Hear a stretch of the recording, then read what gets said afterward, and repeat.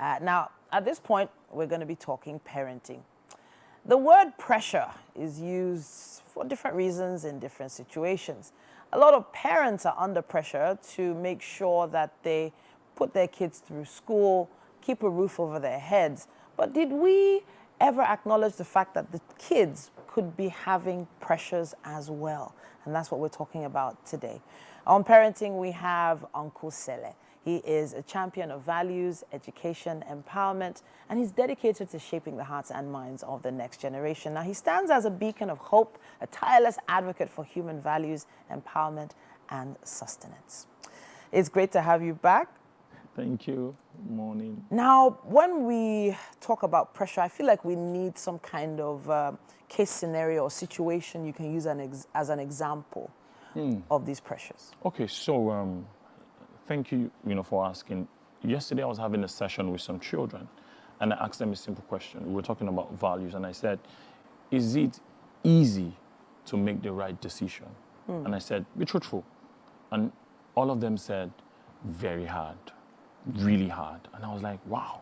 They said it was hard to make the right decision. To make the right decision. Okay, so you're talking about the difference between right and wrong now. Yes. So how old were these kids? Sorry. Oh, 9, 10, 11, 12. 9, 10-year-olds were saying all of them hard. said it's very hard. Okay. So that means that they're already seeing things, or they are seeing things that, is saying to them that, wow, how do I, do the right thing when all I'm seeing, are the wrong thing. So that's already pressure on them. And that's something that as parents we need to begin to look at, okay. Because our children are already under pressure, and pressure can be good, pressure can be bad. And, I asked them a question and I said, do you think you're normal or you're abnormal? And they all said they're normal. Okay. And you say, why can't you stand and people look at you and do the right thing?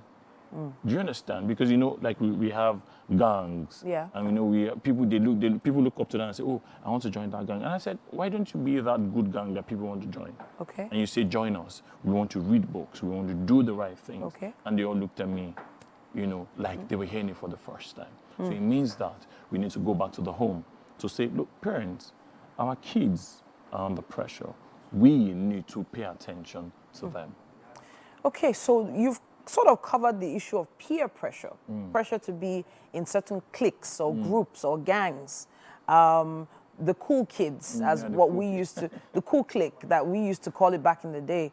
But then I want to just touch on something. What we experienced as pressure back in the day wasn't essentially this. It was more of domestic pressure. Like, okay, so we fetched water, we had to wash clothes with hand. Oh, yeah. We used kerosene lamp to read. For common entrance. Yes. You're talking about common entrance age, right? Yes. You used candles to read then. So that was a lot of pressure on us. But then the pressure was also to pass these exams. Yeah. It does kind of feel like these days, that's no longer the type of pressure we're talking about. No. So for now, the pressure is, how do people see me? Okay. What do I have?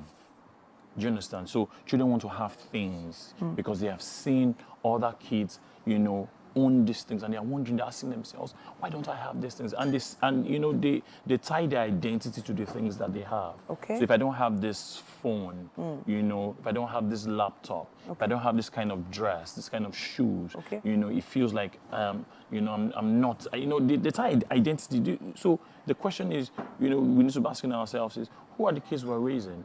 Okay. Do you understand? Who are they? Do they know themselves? Do they understand identity? Do they know that they are very unique? Do they know that they need to grow up, and create value, for example? Okay. And when they produce value, there's exchange and they make money. Do you understand? But now it's really bad. That's the truth. I want to touch on this word pressure one more time because, yes, now we've established there are different types of pressure, and compared to what we experience, it's different. Now, parents are also under pressure to provide the necessary things for their kids, give them a good education, clothe them, keep the roof over their head, keep the lights on. But then there's one thing I think parents might be doing now, and that's pushing the kids too hard education-wise, especially at this common entrance age. I've heard of some children in like primary 4 being asked to do common entrance to go into JS1, or I'm not sure if they call it JS1 anymore, but you understand what I'm saying. Year 7, Year 7 now. trying to push them to jump forward some steps, which, in my opinion, mentally they're not prepared for. No, they're not. Most times they're not prepared for it. I go to some schools to coach, children, and most times the ones in year 7, you see that gap. When you're saying things that, you're supposed to tell secondary school children, you see that there's this lack of understanding. It feels like there's a whole lot of weight on them. So you see most times in that year 7, there's always this issue with, okay, I don't understand, but we in our time when you finish primary 6, you enter just as 1, it's just like a flow. Because apart from education, there are other things that we need to, transfer to our children. Okay. Our children need to understand basically about life, so that you don't get and that's where bullying also comes in. Okay. Do you understand? Bullying comes in because you look at you and say, oh, this child is very small, this child doesn't understand what life is all about, because parents have not also taught their children, even for those that you're even putting under pressure to go into secondary school from primary 4. You're not telling them anything. You just know they are brilliant. So do your exam and pass and move on. Okay. Meanwhile, your child is going through stress. Then because there is no communication, which is also a problem that we're having, there's lack of communication. Your child can't tell you anything because there's no open communication and conversations between parents and their children. That line of communication, okay, so we've already established with many other conversations with parenting experts that sometimes the conversation between parents and kids doesn't really go past how was school or have you eaten? And now I need to establish the sort of questions parents need to ask their kids to make sure that that line of communication stays open. Oh, the way I'm talking to you now, when my kids get back from school and I get home, hey, daddy, hey, so how are you doing? How's school today? Okay. Do you understand? And they're saying, oh, how's maths? What did you learn? Sometimes what I want to do is prove even the things that they got that day. Okay. And so what happened in school today? And, my daughter, who is the head girl, will come and say a whole lot of things. Hey, this. Yeah. So what you're doing, you're getting points. She's speaking freely. Okay. But what you're doing is you're analyzing. Do you get? Okay. So you're asking more questions. Oh, really? Why? And she's saying things. He's saying things to you. Do you understand? Okay. So don't worry. Maybe I'll. There was time my daughter had issues with someone in school, and because we talk, she came and said, "Daddy, I want to say something to you. There's this person that is always doing this to me. Oh, why? Why? Do you understand? There has to be a why for everything. Okay. So why?" And she started saying, "Oh, this happened. Do you need me to come, or do you think you can handle it?" So that was the question you asked her? Yes. Do you think you need me to come? Okay. Or can you handle it? Because sometimes you need to also teach your children that they can address some certain things. If you know they can't, then you step in, because independence is also key. Okay. You also need to be able to train your children, teach them resilience, because things will happen and you won't be there every time. So are you saying now that this pressure is essentially coming about because many parents are not establish a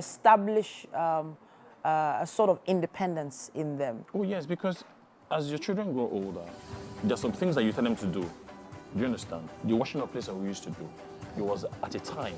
Yeah. So you see, when they begin to do age-appropriate things, you begin to allow them, you nurture independence in your children, or you send them to buy something. But now, some parents are afraid, I don't want my child to go out. But your child will go out one day. Yeah. So you see, that independence you are not giving, one day your child will go out. What you didn't teach your child earlier, you now begin to carry fear that if my child goes, what will happen? But you see, if you have taught that child earlier, at a certain age, you can just rest and say, go and get me something. Yeah. Sometimes I ask some mothers, are your children going to the market now? They say, no. I say, why? Wow. They say, no. I say, but at your age, that time, when you used to go to the market. Yes. Do you understand? So we are not doing that thing as parents. We are shielding our children a whole lot and things like that. There's so much to talk about with this conversation, stuff we can't wrap up in this brief period, but we would love the conversation to continue online. Use our hashtag #WakeUpNigeria on TVC. Tag us, Wake Up Nigeria, TVCE, and of course at Uncle Sele. And let's see if we can answer some of the questions you might have about this topic. All right, then let's take a quick break. There's still more coming your way on Wake Up Nigeria.